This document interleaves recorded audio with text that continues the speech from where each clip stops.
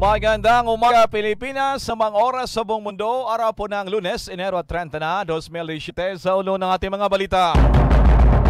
Ang buong mundo mga kaibigan nakatutok ngayon sa Pilipinas. Isang oras mula ngayon, kokoronahan na ang bagong Miss Universe 2016. Mga hindi na mga direktang pag-uulat ng ating Bombo News Team. Direkta mismo doon po naman sa MOA Arena dyan sa lungsod ng Pasay City. Alamin din mga kaibigan yung nagaganap ngayon na live online voting. Magiging bahagi ito sa pipiliing top 13 ng mga Miss Universe candidates. Itong mga pageant supporters ay kanya-kanya po ng gimmick ngayon. Maging sa mga probinsya sa iba't ibang dako ng ating bansa, yung mga pageant experts ay may kanya-kanya rin silang magagawing mga diskarte. Para naman ito may kaugnayan pa rin sa umiinit itong Miss Universe fever. Alamin din mga kaibigan yung pahayag at mensahe ng mga magulang naman ni Maxine Medina sa kanyang pagsabak naman bilang pambato ng Pilipinas sa Miss Universe Beauty Pageant. Live via satellite mula pa rin sa Bombo News Center Makati nyo pa rin ang Anchorman si Bambil Maracol sa detalye ng ating mga balita.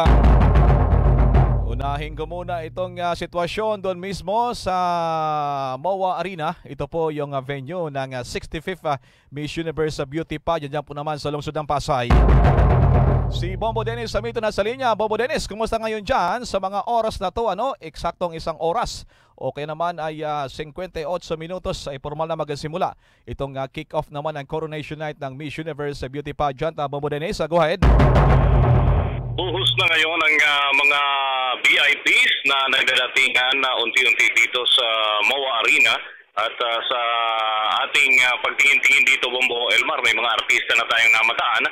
Unti-unti na silang pumapasok dahil kanina ay karaniwang yung mga ordinary goers yung namataan natin kaninang madaling araw. Ngayon, yung mga VIPs kitang-kita natin dahil may mga sasakyang naghahatid sa kanila dito sa venue. At ilan sa mga nakita nating celebrity, itong si Maria Isabel Lopez na dating beauty queen at itong si Bayani Agbayani ay namataan din natin mga kaibigan at marami pang mga kilalang personalidad. Karamihan ay mga politiko ito, Bombo Elmar. May mga kongresista na tayong namataan dito.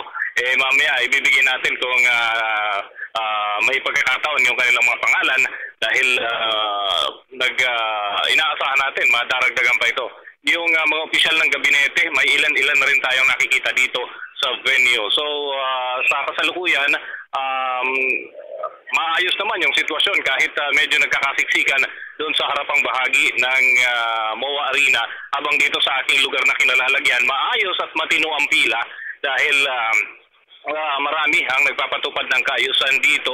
May mga auxiliary force na idinagdag para magmintina ng kaayusan at karamihan sa mga pumapasok ngayon, mga foreigner, Bombo Elmar, may mga bitbit na flag at yung kanilang mga banner kung sakasakaling tatawagin yung pangalan ng kanilang paboritong kandidata. Ito yung kanilang ilalahad at iwawagayway sa oras ng coronation na Bombo Elmar, mga kaibigan. How's that, Bombo Elmar? Bombo Dennis, sa mga oras na to, yung mga kandidata ngayon ay nasa holding room na sila. Bombo Dennis, nagpapakondisyon na siguro sa mga oras na to, Bombo Dennis? As of this moment ay nasa holding area na sila at kanina may mga konting briefer na ibinibigay na lang itong organizer ng Miss Universe Beauty Pageant at yun yung mga adjustment kung sakasakali man. Pero nakausap natin itong si Miss Kat De Castro ng Department of Tourism, Undersecretary ito si Yusek Kat, ay sinabi niya na yun na rin yung naunang plano, yun na rin ang iiral at wala na mga pagbabago na ipapatupad at ito rin yung nire-relay doon sa mga kandidata. Kumbaga, pinapaalala sa kanila kung ano mga dapat na gawin, ano ang mga proseso at para hindi sila mablangko sa panahon ng mismong coronation na Bombo Elmar. Okay, Bombo Dennis, meron dyan tinatawag na entrance para naman sa mga manonood at meron din sa mga VIP mga guest, ano, Bombo Dennis? Anong napansin mo ngayon sa inyo dyan? Natapos na ba yung pagpapasok o kukunti na lang? Dahil sa kanina, sabi nyo kanina, nag-retire kanina ng madaling araw, bumuhos na talaga, mas marami kanina pang madilim pa, Bombo Dennis.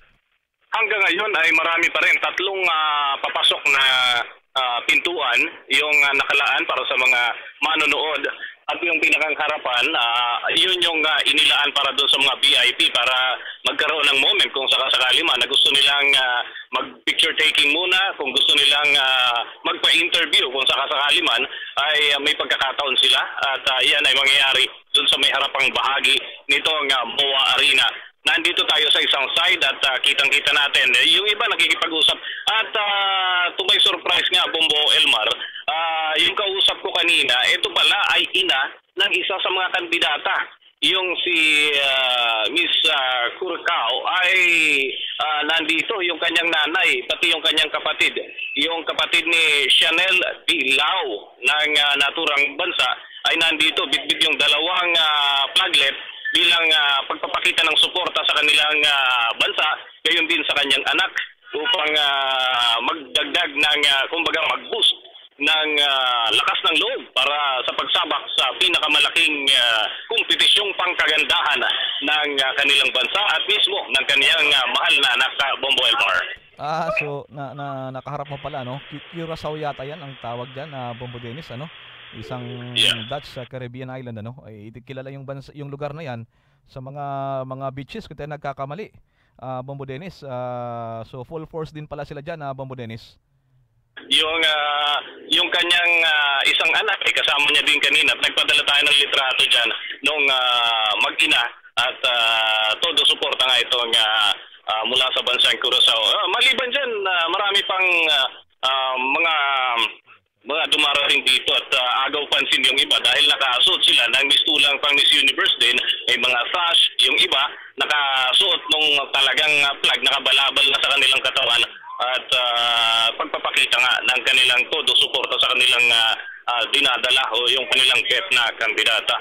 So ito, may mga dumarating pa, Bombo Elmar, at makikita natin dito yung mga negosyante raw to na kilalang may participation din dito sa event ng Miss Universe. Yung may-ari ng malalaking hotel na nandito sa MOA Complex sa Bombo Elmar, dumating dito at pinagkakaguluhan, maging nung ilang mga spectator ay nandito rin. At ayan, may mga nagpapakuha ng litrato.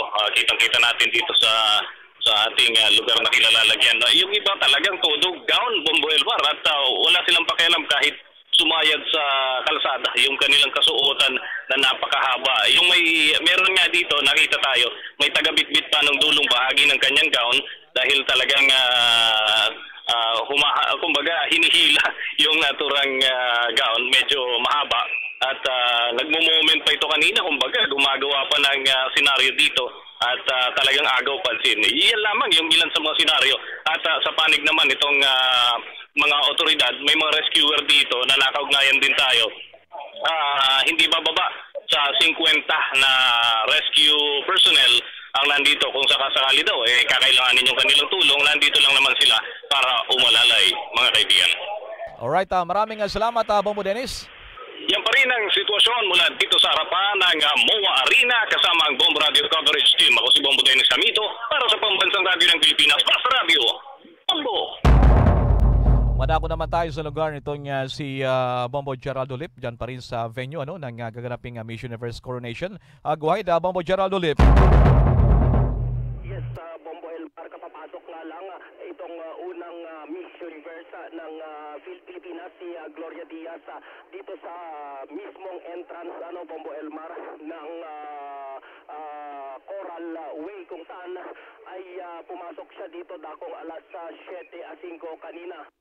Kay Miss Universe Gloria Diaz ay nakita rin natin dito kanina itong abogado ni Vice President Leni Robredo na si Romulo Macalintal na manonood din at nandito rin, Bombo Elmar, Uyang papasok na rin itong DOT, Department of Tourism Secretary na si Wanda Teo. Nandito tayo mismo sa kalsada Bombo Elmar at nakita natin na mahaba na itong pila, dalawang pila ang mga ito at yung mga nandito. Actually, Bombo Elmar ay nakadamit ng mga pang-universe yung iba kagaya ng sinabi kanina ni Bombo Dennis at patuloy na bumubuhos itong mga tao dito at okay pa naman itong seguridad dito, Bombo Elmar. Bombo Gerald, itong suot ni Miss Gloria Diaz, paano mo paano mo may salarawan yung gown nitong si Miss Gloria Diaz, ang ating naging Miss Universe sa ating bansa, Bombo Gerald? Damit niya kanina, Bombo Elmar, ay simple lang na gown, kulay mint green yung kulay niya, Bombo Elmar, at mabilis lang kasi kanina hindi na rin siya nagpa-unlock ng interview. May escort din siya, Bombo Elmar, at agad-agad siyang pumasok. Yung buhok niya, Bombo Elmar, ay nagpakulot itong si Miss Gloria Diaz at yun nga, nando na sa loob, Bombo Elmar. Okay, 1969 Miss Universe itong si Miss Gloria Diaz na ginanap yan sa Miami Beach, Florida. Ikahapon nagbago siya ng kanyang pananaw, ang kanyang bet na ngayon ay si Maxine Medina. Sabi niya, yung Pangulong Rodrigo Duterte nagbabago nga daw ng mga pananaw sa kanyang mga polisiya at kanyang mga patakaran. Dapat siya rin naman ay magbago rin. Bombo Gerald, dahil sa nung una ay may agam-agam siya na hindi raw nararapat sana dahil sa host din ng Pilipinas, pero nagbago siya ng isip si Maxine Medina na ang kanyang bet Bombo Gerald.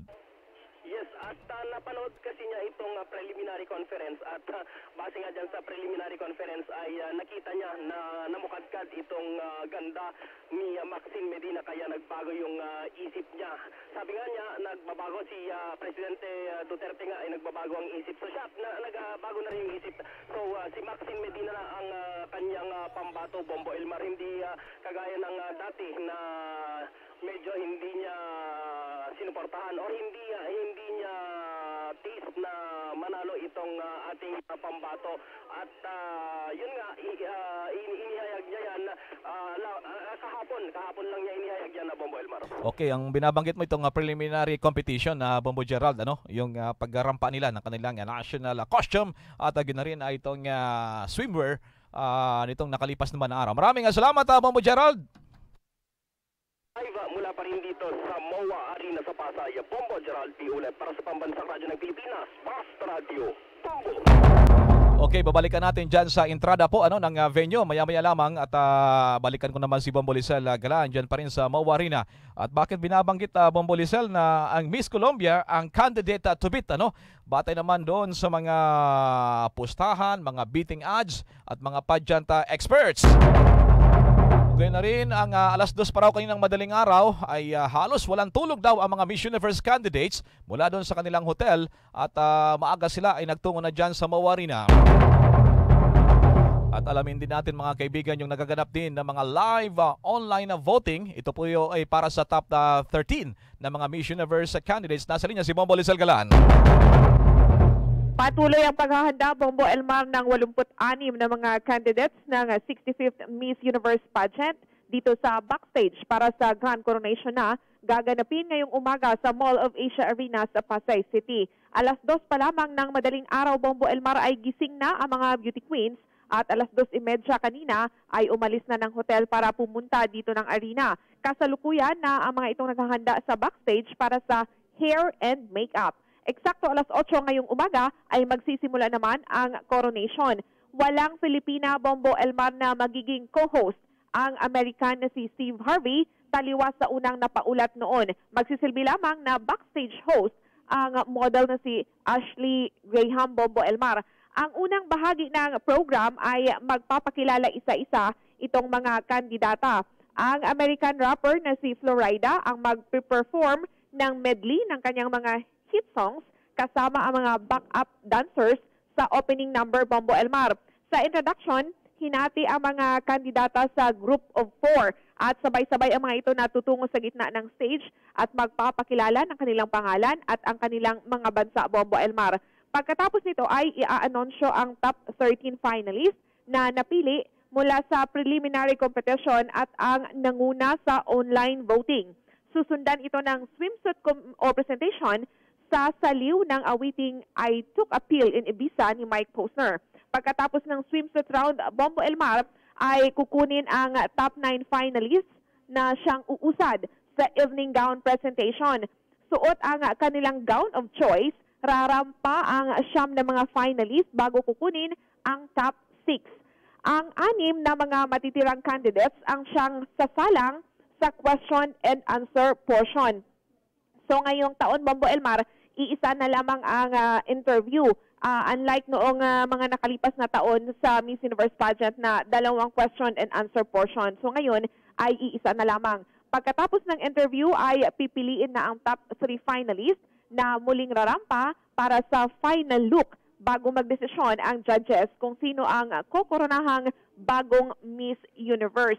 So hindi lamang ang judges ang pipili sa magiging bagong Miss Universe Bombo Elmar dahil ang mga fans ay magsisilbing virtual judges. Magkakaroon kasi ng bagong set ng online voting sa bawat segment at ang boto ng mga fans ay i-combine sa score ng judges. So kapag nagsimula na yung swimsuit competition, Bombo Elmar, bubuksan yung online voting at pagkatapos ng swimsuit round ay isasara ito, and then pag evening gown na muling bubuksan.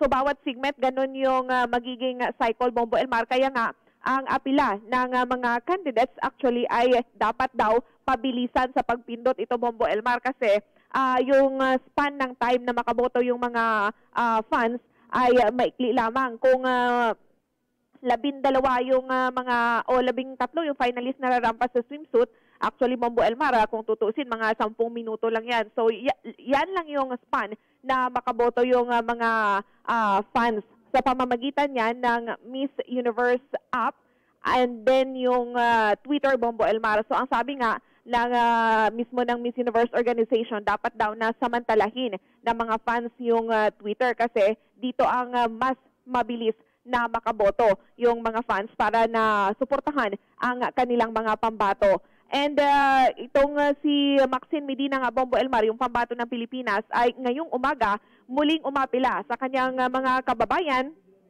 na siya ay suportahan at iboto umano hanggang na makapasok sa top 3, Bombo Elmar. So ganyan ka-confident itong pambato ng Pilipinas, ang 26-year-old na model at interior designer na si Maxine Medina, na makakapasok siya hanggang top 3, Bombo Elmar. At sa pagitan ng mga segment na ito, Bombo Elmar, ay sinasabi na magbabato ng jokes ang itong comedian at ang host ng Grand Coronation ngayong umaga na si Steve Harvey, Bombo Elmar. Okay, Bombo Lizelle, pinapalabas ba ngayon dyan ng Miss Universe organization yung live online na voting so far, Bombo Lizelle? Kasi nung una ay top 12 lamang, nag-decide sila na gawing top 13 na ang i-anunsyo nila. Dahil sa volume of votes, mula sa iba't ibang dako ng mundo, nahulugan lamang na aktibo yung pakikilahok ng iba't ibang mga fans, iba't ibang nilang kababayan sa iba't ibang dako ng mundo. How's that, Bombo Lizelle?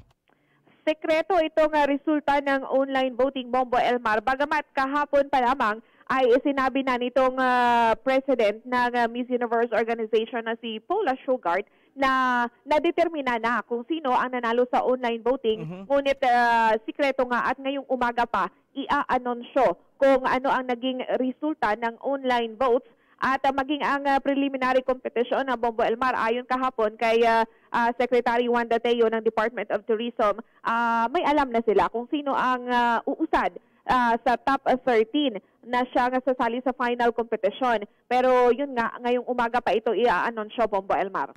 Naging mainit na debate, Bombo Lizelle, na host ang Pilipinas at sabi ng iba diyang na mga kritiko, hindi nararapat na maging manalo rin pambato ng Pilipinas. Pero batay sa kasaysayan ng mga Miss Universe Beauty Pageant ay 7 na ang mga nanalo na nag-host sila sa sarili ng bansa. 8 kung isasama naman yung isa pang bansa doon sa Puerto Rico. Pero napakarami doon. The last 20 years daw, 3 mga kandidat ang nanalo doon sa sarili nilang bansa, Bombo Lizelle. So hindi far-fetched, ano, hindi imposible at hindi rin naging kalakaran na rin, ano. Meron na rin ang mga nangyari sa mga previous Miss Universe Beauty Pageant na ang mismong host, ang mismong pambato nila, ang siya ring nanalo. Bombo Lucel, binabagit ka natin yung 7 mga bansa na 7 mga kandidata na may nangyari before at pang-8 nga, meron pang abot pa sa pang-8, Bombo Lucel. Yes, Bombo Elmar, actually kung maalala ko nitong 2013 lang ang pinakahuli, ano, na nanalo din yung USA, si 2012, Olivia. 2012 taong sa Yes. Las Vegas. Yes, si Olivia Colpo. That's right. Mismong sa Las Vegas ngayon ginawa. So, nanalo ito nga pambato ng USA din. So, kumbaga, Bombo Elmar, hindi batayan yung pagiging host country kung ang isang kandidata nga ay karapat-dapat na manalo, Bombo Elmar. At ayun nga, ang sabi nga ng mga pageant experts natin dito, dahil naging kontrobersyal itong komento ni Miss Universe Gloria Diaz na ang sabi nga niya hindi politically correct kung dapat na kung mananalo itong pambato natin na si Maxine Medina dahil nga host country tayo. So magiging sabihin daw ng buong mundo na bias yung Pilipinas kung manalo si Maxine dahil nga tayo ang host. Pero kahapon nga, yun, kumambyo itong pambato ng yung 1973 Miss Universe Gloria Diaz dahil nakita daw niya sa preliminary competition na naging maganda ang performance ni Maxine at karapat-dapat na makuha yung Miss Universe crown, Bombo Elmar. Okay, si Miss Maxine Medina nga ang nangunguna sa online voting, ano? Halos 40 milyones na yung kanyang kukuha. Of course, yan ay dahil sa pambato ng ating bansa, ang Pilipinas talagang hari sa social media. And by the way, bakit pala nababanggit itong si Miss Colombia bilang candidate to beat? Bombo Lucel, siya ang pinaka-paborito, mga online voting, mga beating odds, iba't ibang dako ng mundo at maging sa mga pageant experts sa Bombo Lucel. Palagay ko, Bombo Elmar, naging isang factor kung bakit masyadong na-hype itong si Miss Colombia Andrea Tovar dahil nga, Bombo Elmar, sa nangyari noong nakaraang taon na fiasco sa Miss Universe pageant kung saan nagkamali itong si Steve Harvey sa pag-anonsyo ng winner. Unang inanonsyo nga yung pambato ng Colombia na si Ariadna Gutierrez na nanalo. Yung totoong palang winner ay si Pia Wurtzbach, Bombo Elmar, ng Pilipinas. So ang sinasabi kasi ng mga kababayan mismo nitong si Colombia, dapat daw ngayong taon ay i-redeem ng kanilang pambato ang nangyaring konting pagkapahiya noon ni Miss Colombia Ariadna Gutierrez at dapat na ngayong taon daw ay makukuha na yung corona. Pero sa sariling opinion natin, Bombo Elmar, nung nakita natin yung performance ni Miss Colombia actually sa mga preliminary competitions, although masasabi natin na hindi siya nalalaglag nga sa top 5, top 10, Bombo Elmar, pero kumbaga, ikumpara sa ibang kandidata, parang hindi masyadong stand out itong si Miss Colombia, Bombo Elmar, kung i-compare sa iba niyang mga kagayang Latina beauties. Actually, sa mga Latina beauties, mas gumagawa ng ingay, Bombo Elmar, itong pambato ng Venezuela at Argentina kung ikumpara kay Miss Colombia. Although, personal na opinion natin yan, Bombo Elmar, yung iba may sarili ng opinion, lalo't sa bansa niya, Bombo Elmar, na monitor natin yung mga social feeds ng mga Colombians at nagpadala pa mismo, Bombo Elmar, ng sariling network dito yung Colombia para nga lang mag-cover nitong Miss Universe pageant dahil inaasahan nga na ngayong taon ay yung kanilang pambato ang mag-uuwi ng corona. And dagdag ko lang, Bombo Elmar, I stand corrected pala kay Miss Universe Gloria Diaz. It's 1969 Miss Universe, not 1973. 1973 is si Margie Morano, Bombo Elmar. Alright, sige Lucel, babalikan kita dyan. Maraming salamat, Bombo Lucel. Live mula pa rin dito sa Mall of Asia Arena sa Pasay City, Bombo Lizal Galan, nag-uulat para sa Pambansang Radyo ng Pilipinas, Basta Radio, Bombo! Mga kaibigan, 25 minutos na po nakalipas ng alas 7 ng umaga. 35 minutos na lamang ay formal na pong magbubukas itong programa, no, para naman sa 65th Miss Universe Beauty Pageant. Si Bombo Jovino Galang nasa paligid din ng MOA Arena. Kumusta naman natin ang paghanda naman sa seguridad doon, at mga last minute naman na paglilibot ang ating mga opisyal ng ating PNP. Bombo Jovino Galang, go ahead.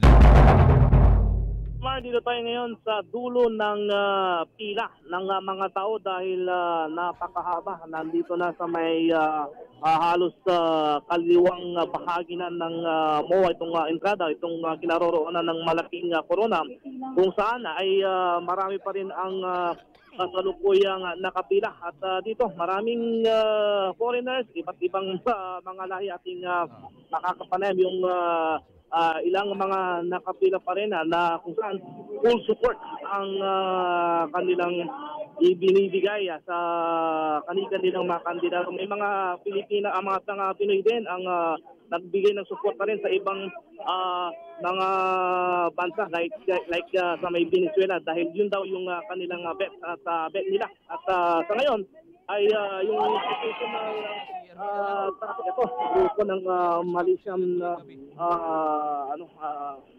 alamin natin. You are supporting from what country? Malaysia. So how can you what is the chance? What is the chance? I wish that Malaysia can be at least top 12 and all Asian raiders can be in the top 12.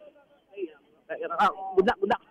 Ayan, Bombo Elmar, yan yung ilang mga supporters na Parang nakapila pa rin dumudugo ka dyan sumasabak ka sa Inglisan na. Ano bansa yan, Bombo Bombo Jove? Anong bansa yan siya? Malaysia yung nating nakausap kanina. May Honduras pero nakapasok na. May mga Russian na rin na nandun na rin sa loob. Kaya marami talaga yung iba't ibang lahi from other countries ba yung iba from mula pa Luzon, Mindanao hanggang Visayas ay bumiyahe pa sila dito para manood lamang ng Miss Universe.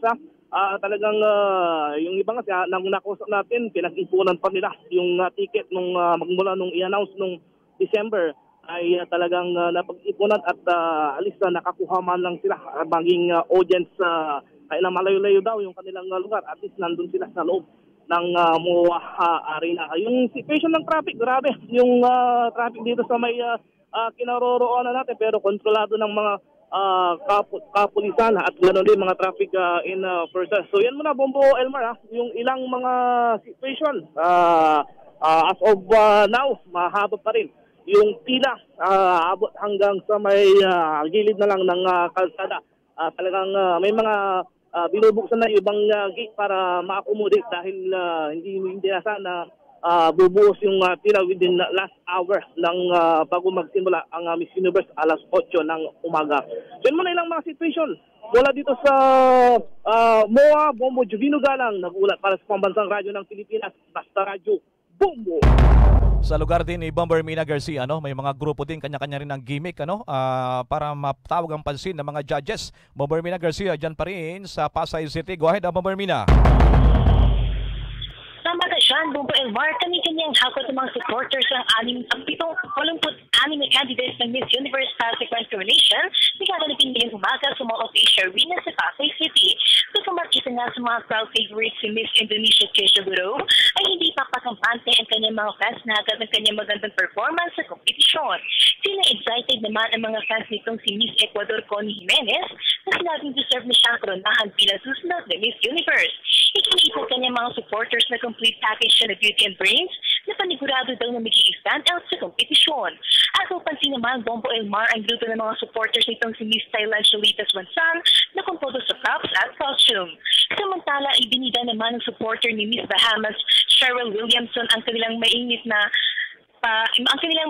na pagtungo dito sa Pilipinas, kung saan labis daw sila natutuwa sa pagsalubong sa kanila ng mga Pinoy. Kahapon pa nang dumating ang mga ito at hindi daw nila alintana ang makapag-flight dahil sa magandang lugar daw na kanilang napuntahan sa Pilipinas. Ilang lang yan, Bombo Elmar, napakaraming mga turista na nakaharap natin papasok dito sa MOA Arena. Samantala, nakapamayam din ng Bombo Radio ang actress at dating beauty queen na si Maria Isabel Lopez, kung saan sinabi nito na mas bet niya pa rin daw ang mga Asian candidates kaysa sa mga European at Latina beauties. Namataan din natin dito si Mama Rene Salud, 1969 Miss Universe Gloria Diaz na nakasuot ng mint blue gown, habang si 2011 Miss Universe Shamsi Sup naman ay naka-green. Ilan pa nga, Bombo Elmar, sa mga artista ang ating namataan dito ay si Annabelle Rama at ang ilan pa. How's that, Bombo Elmar? So para palang may mga cheering squad dyan, ano, Bombo Ermina. Anyway, abangan pa natin iba pang mga kaganapan dyan. Maraming salamat, Bombo Ermina. Para sa Bombo Network News, Bombo Ermina Garcia, nag-uulat para sa pambansang radyo ng Pilipinas. Basta Radio, Bombo. Paano kaya sinulit ni Miss Universe Pia Wurtzbach ang huling gabi niya bago niya i-turn over ang kanyang corona, no, sa bagong Miss Universe na siyang papalit sa kanya? May detalye naman si Bombo Nessa Mercado. Ipinaabot ni 2015 Miss Universe Pia Wurtzbach ang kanyang pasasalamat sa mahigit isang taong reign ng kanyang dati pangarap lamang. Pahayag ito ng 27-year-old Cagayan de Oro Beauty sa huling gabi niya bilang Miss Universe kasabay ng pagdalo sa red carpet welcome kagabi. Ayon kay Wurtzbach, masaya raw siya ngunit hangad na makakuha pa rin ang suporta sa kanyang advocacy sa sakit na HIV/AIDS kahit maipasa na ang Miss Universe crown. Matapos anya ang prestihiyosong event ngayong araw ay babalik siya ng New York para magtrabaho. I'm just full of gratitude. I'm so happy. Just thank you so much for all your support. I really felt all the love from the fans, not just the Filipinos, but everyone. And I hope they continue on supporting me even after I pass on the crown. After this, I'm going back to New York. I'm going to work and we'll see where it goes from there. Ang tinig ni Wurtzbach, tulad sa kanyang evening gown noong 2015 na gawa ng Filipino designer na si Albert Andrada, kulay blue pa rin ang susuotin ng Filipina-German beauty queen sa kanyang farewell walk mamaya na gawa naman ng Dubai-based Filipino designer na si Michael Cinco. Una rito, sa mock o rehearsal for the real thing ng kanyang final walk, mensahe ni Wurtzbach sa susunod sa kanyang yapak na fasten your seatbelt. On top of my thank you list is my mother. I am the woman I am because of the woman you are. To my Miss Universe sisters, I'll see you again soon. To the next Miss Universe, fasten your seatbelt. At the end of your reign, you will have grown in confidence, maturity, and faith. Yan ang report. Ito si Bombo Ness, kaya Biab Mercado nag-uulat para sa Pambansang Radyo ng Pilipinas, Basta Radio, Bombo! Samantala mga kaibigan, proud ang mga taga-Aklan matapos ang mapiling isuot daw ng pambato ng Pilipinas na si Maxine Medina ang gawa nitong si Cherry Samuya Caveric, isang fashion designer. Ayon sa Bombo Radio Kalibo ay taga-tubong Ibahay pala Aklan, ano? Itong na siyang gumawa ng isusuot naman na kasuotan nitong pambato ng Pilipinas na si Maxine Medina. At itong Bombo Radio Cagayan de Oro nakipag-ugnayan daw sa kanila. Itong tatay naman ni Maxine Medina na si Mr. Max Medina. At may good luck wish din itong si Mr. Max Medina. At ayon sa payo niya sa kanyang anak ay focus lamang daw ang anak sa Miss Universe Crown Quest. Mamaya pong alas 8 simula ng formal na pang ng programa. At Bombo Lisel, ano, pakiulit nga yung mga judges na tatayo ngayon, upo ngayon, dyan sa 65th Miss Universe Beauty Pageant, Bombo Lisel. Bombo Elmar, binubuo ng mga dating Miss Universe winners at mayroon din mula sa Academe at Hollywood ang 6-member panel of judges na uupo ngayong umaga sa Grand Coronation ng 65th Miss Universe Pageant, Bombo Elmar. Sinasabi nga nila, mas mainam daw na marami ngayon ang mga dating Miss Universe winners dahil kung higit man daw na may nakakaalam kung ano ang katangian na dapat taglay ng isang Miss Universe ay ito mismong mga dating naging Miss Universe na, Bombo Elmar. So ang isa sa mga ito, si 1993 Miss Universe Dayanara Torres, Bombo Elmar, na mula Puerto Rico. So si Torres hindi na nga rin estranghero dito sa atin dahil nang pumunta dito noong 1994 para koronahan ang kanyang magiging successor na natili na yan dito sa bansa natin, Bombo Elmar, ilang taon at pinasok pa ang Philippine showbiz. Ang isa pang judge, Bombo Elmar, itong si 1994 Miss Universe Sushmita Sen, na ang sabi nga ay homecoming sa kanya ang pagbalik dito sa Pilipinas dahil dito siya kinoronahan noong 1994 bilang Miss Universe. Okay, sino pa? Ang isa pa, si 2011 Miss Universe Leila Lopez ng Angola, ito, Bombo Elmar, na first time nakapunta dito sa Pilipinas at kahapon sa red carpet, natatawan yung sinabi, Bombo Elmar, na simula daw nang dumating siya dito sa bansa, wala na siyang ginawa kundi ang kumain dahil napakasarap umano ng mga Filipino food. Kasama yung kanyang nanay, Bombo Elmar. Oo. At ang isa pa, yung reality star at model din, Bombo Elmar, si Cynthia Bailey, na ngayon ay star ng Real Housewives of Atlanta. Isa itong reality show sa Amerika, Bombo Elmar, si Cynthia Bailey. At ang fashion guru, Bombo Elmar, na si Mickey Boardman. Okay, na, panganim siya. Panglima, na kilala dun sa New York at isa nga sa sinasabing most photographed people in New York, itong si Mickey Boardman. Ang pang-anim na member ng panel of judges ay itong activist na si Francine Lefrak at entrepreneur, Bombo Elmar, na sa kasalukuyan ay ang chairperson ng Emerita of Women's Leadership Board sa Harvard Kennedy School. At isa din sa Broadway actress ito, Bombo Elmar, at film producer itong si Francine Lefrak. So yan ang bubuo sa mga member ng panel of judges na siyang huhusga kung sino ang kukurunahan na bagong Miss Universe, Bombo Elmar. Alright, maraming salamat. Babalik tayo mamaya, Bombo Lizelle. Maraming salamat. Para sa Miss Universe updates pa rin, Bombo Elmar, live mula dito sa Mall of Asia Arena, Bombo Lizelle Galan, nag-uulat para sa Pambansang Radyo ng Pilipinas. Basta Radio, Bombo! Yan mga kaibigan natin, ating mga inside stories, Kaugnay po naman ang inaabangan itong Miss Universe Beauty Pageant. Luzon, Visayas at Mindanao, maging sa buong mundo, yan ang kabuuan ng ating Bombo Network News at ang ating special edition po ng ating pagbibigay ng mga updates. Dahil sa ang buong mundo nga ay nakatutok ngayon sa Pilipinas sa ilang oras, ilang minuto na lamang ng labi sa formal na pagsisimula ng coronation ng bagong tanghaling Miss Universe ng mundo, mga kaibigan. Abangan din po mga pag-uulat pa natin hanggang mamaya, mga kaibigan, sa pagsisimula, lalo na direkta mismo dyan po naman sa Mawa Arena sa Pasay City. Kanina rin, mga kaibigan, napakinggan nyo yung huling gabi na sinulit nga ni Pia Wurtzbach yung kanyang suot daw na maging yung Miss Universe crown, at kanyang sinulit na kanyang huling bago niya i-turn over sa bagong papalit naman sa kanya. At live via satellite mula pa rin sa Bombo News Center Makati, nyo pa rin ang Kerman, si Babil Maracol, para sa Pambansang Radyo ng Pilipinas, Basta Radio, Bombo! At sumainyo ang kalipunan ng maiinit at pangunahing